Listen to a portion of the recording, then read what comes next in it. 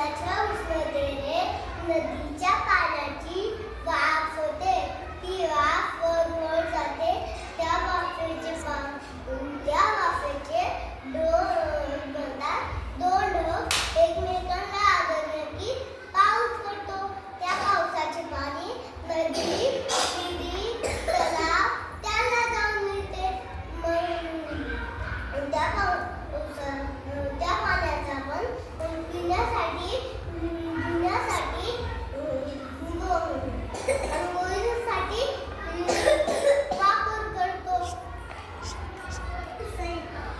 स्वयंपाकासाठी आणि शेतीसाठी वापर करतो. पाणी हे जीवन आहे. पाण्याशिवाय आपण जगू शकत नाही. म्हणून पाण्याचा वापर